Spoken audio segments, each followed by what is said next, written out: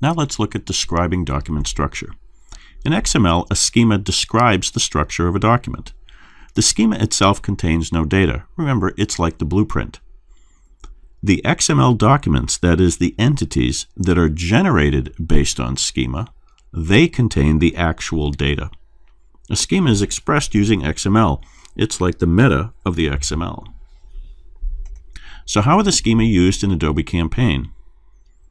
All of the data types in Campaign are based on schemas. Once a schema is generated, we can build entity types based on that schema. We can also update the database structure to create a table based on that schema. This way, the database can save data based on that schema definition. Adobe Campaign also will generate a form based on the schema definition. This gives a user an easy-to-use interface where they can enter data for new entities or edit existing entities. Once it's saved, it is then saved to the database, again into the table that's based on the same schema definition. Note that in Adobe Campaign, not only input forms and entities are based on schema definitions, but the folders that they live in are also based on the schema. So only data of that particular type that is based on that schema can be saved in a folder of that type. Think square peg, square hole.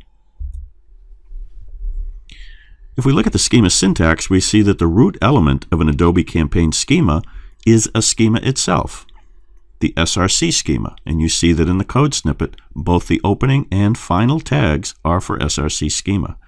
It contains element and attribute subelements that describe the entity elements and attributes that are being defined in this file. The outermost element subelement is the root element of the entities based on this schema. Here we're defining an element called recipient.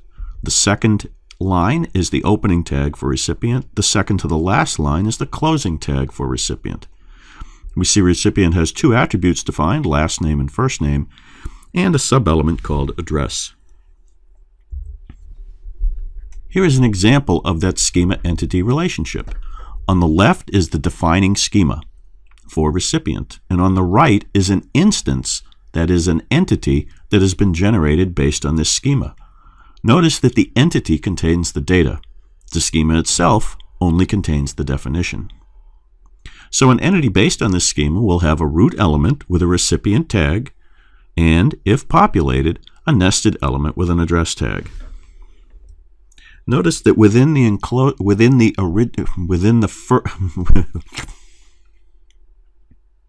Note that within the opening recipient tag are also the two attribute assignments. Last name gets Smith and first name gets John.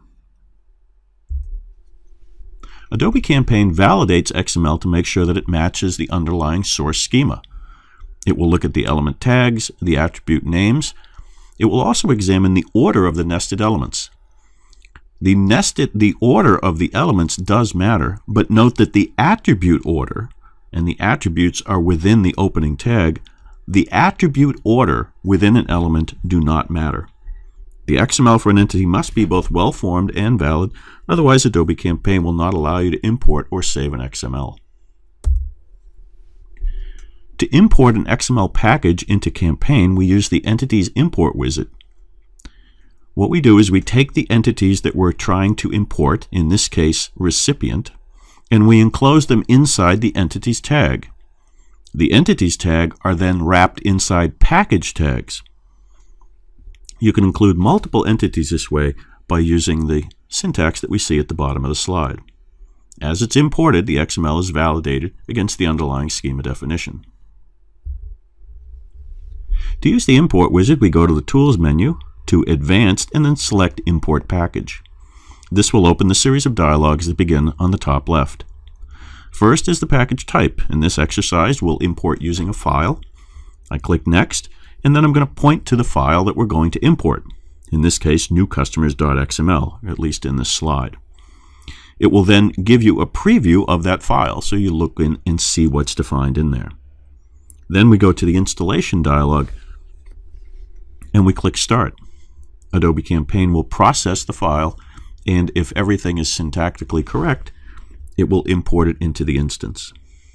So let's take a look at importing a package. To begin with, we can go to the administration node, the configuration node, and into the data schemas node. This will list all the data schemas that are defined in this instance. If I'm looking for recipient, then I can put recipient in and search using that filter, and we see the definition for the recipient's schema. Once we have it selected, we see the detail down below. I can see the XML that defines the recipient, and I can look at an easy-to-view example of its structure as it renders it out. I can also see the documentation that goes with it. It tells me what each of the fields do. But in the Edit menu, I can see the actual schema definition in XML. To generate an entity of this type, I'm going to go right into my exercise, and I'm going to copy and paste the definition there.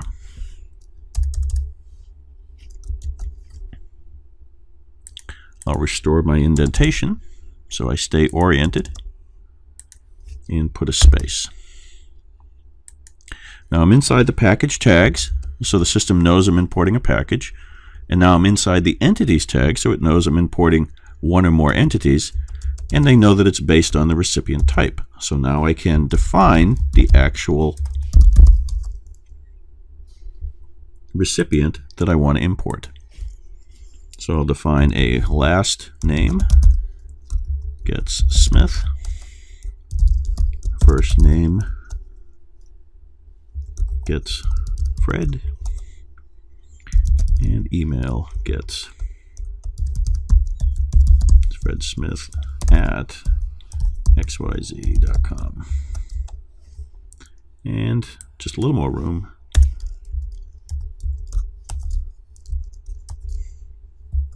I can close that tag. So here I've defined one entity of the recipient type based on the schema that we just looked at. The tag identifies it as recipient. I'm defining only the attributes first name, last name, and email. And I'll save the file.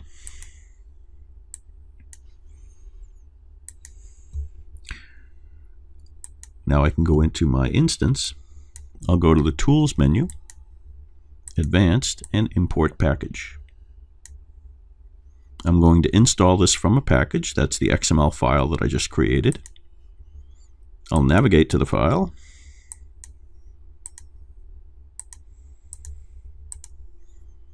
And here we see exactly what we just entered. Here's the recipient, Fred Smith, at fredsmith@xyz.com.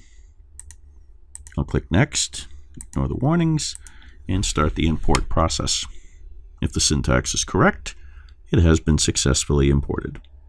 I can now close the file, and if I go into the recipient list, I'll search for Smith, and we see there's Fred Smith at xyz.com successfully imported.